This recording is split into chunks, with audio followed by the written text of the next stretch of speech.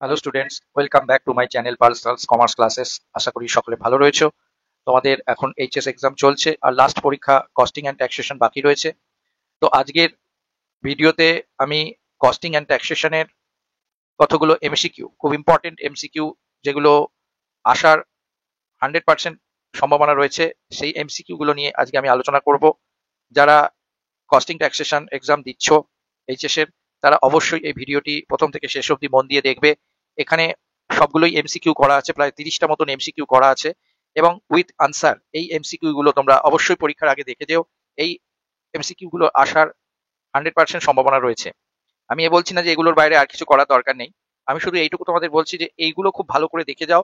এই ধরনের বা এখান থেকেও বেশ কিছু এমসিকিউ তোমরা কমন পেয়ে যাবে। ঠিক আছে, তাহলে চলো শুরু করি। প্রথম প্রশ্ন আছে, কাঁচামাল বিলির মূল্যায়নের আগে আসে আগে যায় পদ্ধতি প্রযোজ্য হয় কোন ক্ষেত্রে? তোমরা জানো আগে আসে আগে যায় পদ্ধতি মানে হচ্ছে ফিফো সিস্টেম। তা কোন ক্ষেত্রে ফিফো সিস্টেম কখন আমরা ইউজ করি? অপশনে দিয়েছে মুদ্রাস্ফীতির সময় অর্থাৎ ইনফ্লেশনের সময়, মুদ্রা সংকোচনের সময় অর্থাৎ ডিফ্লেশনের সময়, স্থিতিশীল অবস্থায় আর পরিবর্তনশীল মূল্যের অবস্থায়। এখানে উত্তর হচ্ছে মুদ্রা সংকোচনের সময়। যখন দ্রব্যের দাম কমতে শুরু করে, মুদ্রা সংকোচন সেটাকে বলে, এবং সেই সময় কিন্তু আগে আসে আগে যায় অর্থাৎ ফিফো সিস্টেমে আমরা স্টকের ভ্যালুয়েশন করি, স্টোর লেজার বানাই। ঠিক আছে, পরের প্রশ্ন হচ্ছে, মজুতের খতিয়ান প্রস্তুতের সময় নিচের কোনটি ব্যবহৃত হয় না? কোনটি ব্যবহৃত হয় না? এইখানে অ্যাকচুয়ালি এখানে প্রশ্নটা হবে মজুতের খতিয়ান প্রস্তুতের সময় নিচের কোনটি ব্যবহৃত হয় হবে প্রশ্নটা, এবং এর উত্তর হবে ক্রয় ফরমাস। প্রশ্নটা একটু হয় না হয়ে গেছে, এটা হবে মজুতের খতিয়ান প্রস্তুতের সময় নিচের কোনটি ব্যবহৃত হয়, সেটা হচ্ছে ক্রয় ফরমাস। এর পরের প্রশ্ন হচ্ছে, অলস সময় নিয়ন্ত্রণ করা যায় কোন পদ্ধতিতে? মজুরির হিসাব করলে অলস সময় নিয়ন্ত্রণ করা যায়। এর উত্তর হচ্ছে সরল কার্যভিত্তিক মজুরির পদ্ধতি, মজুরির হার অর্থাৎ স্টেট পি স্টেট সিস্টেম। এর পরের প্রশ্ন আছে, নিচের কোন খরচটি বিক্রয় সংক্রান্ত উপরি ব্যয়ের উদাহরণ নয়?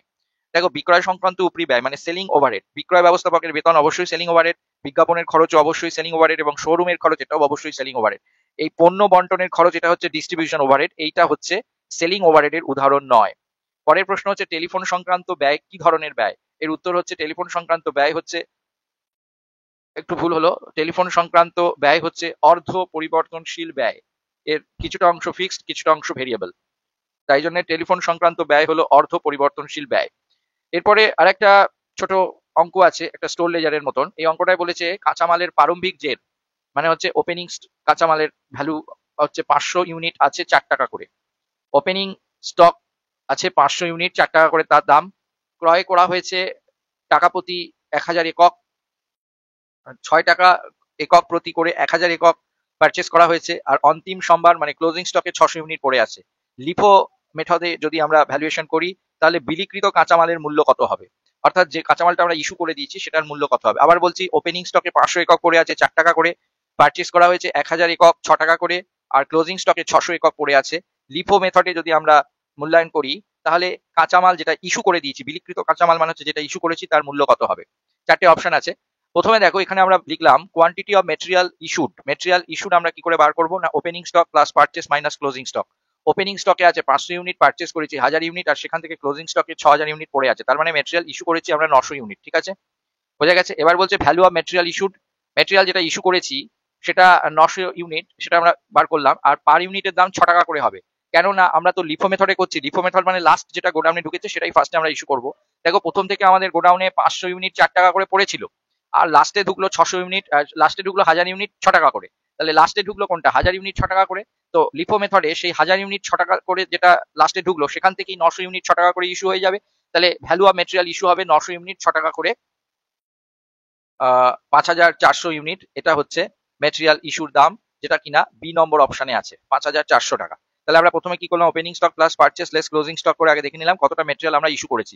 500 ইউনিট আমাদের ছিল, আর 1000 ইউনিট কিনে এনেছি, তাহলে মোট 1500 ইউনিট হয়। তার মধ্যে 600 ইউনিট এখনো স্টকে পড়ে আছে, তার মানে আমরা আলটিমেটলি 900 ইউনিট ইস্যু করে দিয়েছি। আর লিফো মেথডে করছি মানে লাস্টে যেটা গোডাউনে আমাদের ঢুকেছিল 1000 ইউনিট 6 টাকা করে, সেখান থেকে ইস্যু হবে, তাহলে 900 ইউনিট 6 টাকা করে 5400, এটাই হচ্ছে বিলিকৃত কাঁচামালের মূল্য হবে। বোঝা গেছে? এর পরের প্রশ্ন হচ্ছে, কাঁচামালের ঘাটতি দাখিল করা হয় কোথায়? দেখতে পাচ্ছ প্রশ্নটা, কাঁচামালের ঘাটতি দাখিল করা হয় কেবলমাত্র সম্ভার খতিয়ানে, কেবলমাত্র বিন কার্ডে, সম্ভার খতিয়ান ও বিন কার্ডের বিলির কলমে। এটার উত্তর হচ্ছে সি এরটা। সম্ভার যে কাঁচামালের যে ঘাটতি হয় সেটা আমরা স্টোর লেজারেও লিখি, বিন কার্ডেও লিখি, এবং দুটোরই বিলির কলামে লিখি। ঠিক আছে, এরপরে হচ্ছে বিল অফ মেটেরিয়ালস কারা প্রস্তুত করে? ইঞ্জিনিয়ারিং বিভাগ বিল অফ মেটেরিয়াল প্রস্তুত করে। এরপরের প্রশ্ন হচ্ছে মজুত রক্ষক হলেন কি ধরনের কর্মী? উনি হচ্ছেন পরোক্ষ কর্মী, প্রত্যক্ষ নয়, কেননা যারা সরাসরি প্রোডাকশনের কাজে যুক্ত থাকে তাদেরকে বলা হয় প্রত্যক্ষ কর্মী। উনি যেহেতু স্টকটাকে রেকর্ড করেন বা স্টকটাকে মেনটেন করেন, তাই উনি হচ্ছেন পরোক্ষ কর্মী, ঠিক আছে? ডিরেক্টলি প্রোডাকশনে যুক্ত নেই, কিন্তু প্রোডাকশনে হেল্প করছেন তাই কারণে। পরের প্রশ্ন হচ্ছে সুপারভাইজারের বেতন নিম্নলিখিত কোন উপরিব্যয়ের অন্তর্ভুক্ত? কারখানায় যারা সুপারভাইজার, যারা কারখানার প্রোডাকশন গুলো দেখাশোনা করে, এটা কারখানা সংক্রান্ত উপরিব্যয়ের মধ্যে পড়বে। এরপরে হচ্ছে পরিব্যয়ের কোন অংশকে আমরা খরচ বলি? অতিবাহিত, এখানে যেটা আছে অতিবাহিত ব্যয়ের ব্যবহৃত অংশ, আমরা যে ব্যয়টা করছি তার মধ্যে যতটা অংশ আমরা ব্যবহার করলাম, অতিবাহিত ব্যয়ের ব্যবহৃত অংশ, এটা কি আমরা পরিব্যয়তে খরচ বলবো। পরের প্রশ্ন হচ্ছে নিম্নলিখিত কোনটি পরিব্যয় হিসাব রক্ষণের উদ্দেশ্য নয়? পরিব্যয় হিসাব রক্ষণের উদ্দেশ্য ব্যয় নির্ধারণ করা, ব্যয় নিয়ন্ত্রণ করা, ব্যয় বন্টন করা আর ব্যয়ের পূর্বানুমান। এই ব্যয়ের পূর্বানুমান করাটা কিন্তু পরিব্যয় হিসাব রক্ষণের উদ্দেশ্য নয়। ব্যয় নির্ধারণ করব, ব্যয় নিয়ন্ত্রণ করব, ব্যয় ডিস্ট্রিবিউশন করব, শুধু পূর্বানুমান করা এটা কিন্তু পরিব্যয়ের কাজ নয়। পরের প্রশ্ন হচ্ছে নিম্নলিখিত কোনটি পরিব্যয় নির্ধারণের পদ্ধতি নয়? কোনটা? যেমন এই চুক্তিভিত্তিক, এটা হচ্ছে কন্ট্রাক্ট অ্যাকাউন্ট। প্রক্রিয়াগত পরিব্যয়, এটা প্রসেস অ্যাকাউন্টিং। এই যে প্রান্তিক ব্যয়, এটা এই প্রান্তিক ব্যয় পরিব্যয় নির্ধারণ, এইটা কিন্তু পরিব্যয় নির্ধারণের পদ্ধতি নয়। পরিষেবা তো রয়েছে, তাহলে এটা উত্তরটা সি নম্বর হবে। কোনটি বলছে পরিব্যয় নির্ধারণের পদ্ধতি নয়? কন্ট্রাক্ট অ্যাকাউন্ট, প্রসেস অ্যাকাউন্ট, ডিএটা হচ্ছে সার্ভিস অ্যাকাউন্ট, এগুলো সবই হচ্ছে পরিব্যয় নির্ধারণের পদ্ধতি। শুধু প্রান্তিক পরিব্যয় নির্ধারণ, এটা পরিব্যয় নির্ধারণের পদ্ধতি নয়। পরের প্রশ্ন হচ্ছে কয়লা শিল্পের পরিব্যয় একক হলো টন, ঠিক আছে? কিলোগ্রাম বা টন হতে পারে, সাধারণত টনেই হয়। তো কয়লা শিল্পের পরিব্যয় একক হচ্ছে টন। একক পিছু স্থির ব্যয় কি বলে? কোন ক্ষেত্রে স্থির ব্যয় একক পিছু ব্যয়টা স্থির থাকে? এটা হচ্ছে পরিবর্তনশীল ব্যয়। পরিবর্তনশীল ব্যয়ের ক্ষেত্রে টোটাল ব্যয়টা উৎপাদন বৃদ্ধির সাথে সাথে বাড়তে থাকে, উৎপাদন হ্রাস করার সাথে সাথে কমতে থাকে, কিন্তু পার ইউনিট উৎপাদন ব্যয় কিন্তু একই থাকে। সেই জন্য পরিবর্তনশীল ব্যয়ের ক্ষেত্রে একক পিছু ব্যয়কে স্থির থাকে। তাই বলছে একক পিছু ব্যয়, যে ব্যয় একক পিছু ব্যয়টা স্থির থাকে তাকে বলে পরিবর্তনশীল ব্যয়। পরের প্রশ্ন হচ্ছে অপ্রত্যক্ষ কাঁচামাল বাবদ ব্যয়, অপ্রত্যক্ষ শ্রম ব্যয় এবং অপ্রত্যক্ষ খরচের সমষ্টিকে আমরা কি বলবো? এটাকে আমরা বলবো উপরি ব্যয়। অর্থাৎ indirect raw materials, indirect labour আর ইনডাইরেক্ট যে কোনো এক্সপেন্স, এইগুলোকে একসাথে আমরা বলবো উপরি ব্যয়, ঠিক আছে? পরের প্রশ্ন হচ্ছে নিম্নলিখিত কোনটি বন্টন ও বিপণন ও বন্টন সংক্রান্ত খরচ নয়? এই অফিস স্টেশনারির যে বাবদ ব্যয়, এটা কিন্তু সেলিং ডিস্ট্রিবিউশন ওভারহেড নয়। অফিস স্টেশনারি তো অফিসের খরচ, এটা হচ্ছে অফিস ওভারহেড। সুতরাং এখানে কোনটা নয়? সেটা হচ্ছে কি অফিস স্টেশনারি বাবদ ব্যয়। এরপরে আর একটা প্রশ্ন আছে যে একটি কারখানার, ভালো করে দেখো প্রশ্নটা, একটি কারখানার উৎপাদন ব্যয় হচ্ছে 1,20,000 টাকা, মানে হচ্ছে প্রোডাকশন কস্ট, মানে কস্ট অফ প্রোডাকশন।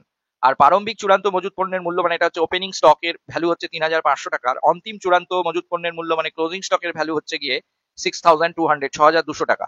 এবং বিক্রয় ও বন্টন সংক্রান্ত ব্যয় মানে সেলিং ডিস্ট্রিবিউশন ওভারহেড হচ্ছে 24,000। তাহলে ওই প্রতিষ্ঠানের মোট ব্যয় কত? দেখো আমরা কি করছি, আমরা জানি, দেখো সলিউশনটা ভালো করে দেখবে। আমরা জানি কস্ট অফ গুড সোল্ড মানে হচ্ছে কস্ট অফ প্রোডাকশন। দেখো ভালো করে দেখো ফর্মুলাটা, কস্ট অফ প্রোডাকশন, তার সঙ্গে প্লাস করব opening stock of finish goods আর লেস করব closing stock of finish goods. এইটা করলে আমরা পেয়ে যাবো কস্ট অফ গুড সোল্ড। তো আমরা সেটাই করেছি। কস্ট অফ প্রোডাকশন আমাদের বলা আছে 1,20,000, এর সঙ্গে প্লাস করলাম 3,500 opening stock of finish goods আর লেস করলাম 6,200 হচ্ছে closing stock of finish goods, ঠিক আছে?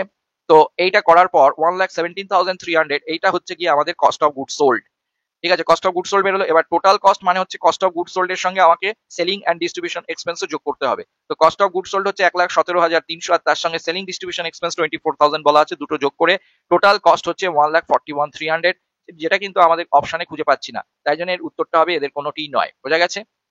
পরের প্রশ্ন হচ্ছে বিন কার্ড হলো, বিন কার্ড কি? না, বিন কার্ড হলো একটা পরিমাণগত দলিল। শুধুমাত্র বিন কার্ডে যে পণ্যগুলো ইস্যু করা হয় বা রিসিভ করা হয় কাঁচামাল, সেগুলোর পরিমাণটাই খালি লেখা হয়, মূল্য কিন্তু লেখা হয় না। তাই এটি জাস্ট পরিমাণগত একটি দলিল, মূল্য ভিত্তিক দলিল নয়। মূল্য এবং পরিমাণ দুটোই স্টোর লেজারে লেখা হয়, কিন্তু বিন কার্ডে শুধুমাত্র পরিমাণ লেখা হয়। এরপরের প্রশ্নতে বলেছে, একটা ছোট্ট অঙ্ক আছে, একটি কারখানার মোট মাসিক কাঁচামালের চাহিদার পরিমাণ হচ্ছে 1,000 একক। দেখো মাসিক চাহিদার পরিমাণ বলেছে, মানে 1 মান্থের ডিমান্ড হচ্ছে 1,000 একক। মিতব্যয়ী ফরমাস মানে হচ্ছে ইওকিউ, ইওকিউ হচ্ছে গিয়ে 3,000 একক। তাহলে বলছে বছরে তাহলে কতবার ফরমাস বা কতবার অর্ডার দিতে হবে। তো এখানে আমরা কি করব, এটা তো এক মাসের চাহিদা, মাসিক চাহিদা 1,000 একক বলেছে, তাহলে অ্যানুয়াল ডিমান্ড নিয়ে গেলাম। অ্যানুয়াল ডিমান্ড হচ্ছে র মেটেরিয়ালস এর 1,000 ইন্টু 12,000 সারা বছরে আমাদের অ্যানুয়াল ডিমান্ড।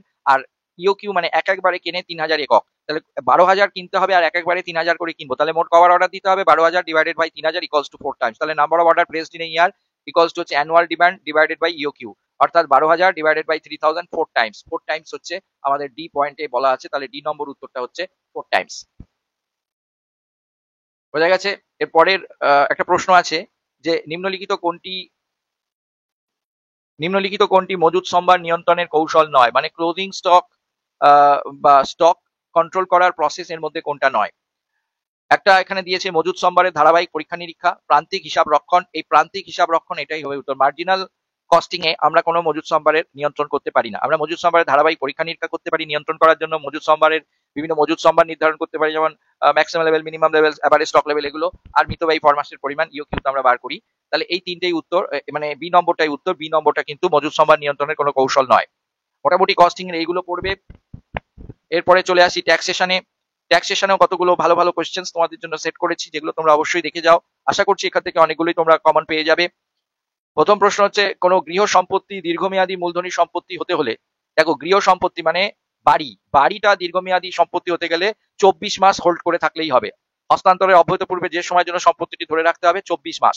বাড়ির ক্ষেত্রে হচ্ছে 24 মাস। কোনো বাড়ি যদি কেনার দিন থেকে 24 মাস পেরিয়ে যায় তাহলেই সেটি কিন্তু লং টার্ম অ্যাসেট হয়ে যায়। তারপরে বলছে আয়কর আইন অনুযায়ী নিচের কোনটি মূলধনী সম্পত্তি নয়?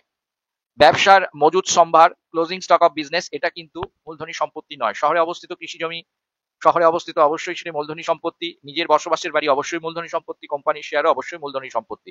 ব্যবসায় মজুদ পণ্য বিক্রি করলে সেটা বিজনেস প্রফেশন হেডে ট্যাক্সেবল হয়, এটা ক্যাপিটাল অ্যাসেট হিসাবে কনসিডার হয় না। পরের প্রশ্ন হচ্ছে, নিচের কোনটি পার্সোনাল এফেক্ট বলে বিবেচিত হয় না? বিবেচিত যেটা হয় না সেটা হচ্ছে নিজ বসবাসের বাড়ি। নিজে বসবাসের বাড়ি আর নিজের অলংকার, এই দুটো জিনিস পার্সোনাল এফেক্ট হিসাবে বা দৈনন্দিন ব্যবহারের জিনিস হিসেবে বিবেচিত হয় না। এছাড়া নিজ ব্যবহারের গাড়ি, নিজ আসবাবপত্র, পরিধেয় বস্ত্র, এগুলো সবই দৈনন্দিন ব্যবহারের জিনিস। পরের প্রশ্ন হচ্ছে, মূলধনী সম্পত্তির হস্তান্তর বলতে কি বোঝো? মূলধনী সম্পত্তি হস্তান্তর বলতে এখানে উত্তর হবে এদের সবকটি। বিক্রয় মানেও মূলধনী সম্পত্তির হস্তান্তর বোঝায়, ত্যাগ মানেও মূলধনী সম্পত্তির হস্তান্তর বোঝায়, আবার কেবলমাত্র বিনিময়টাকেও মূলধনী সম্পত্তির হস্তান্তর। সুতরাং এদের সবকটিই হবে।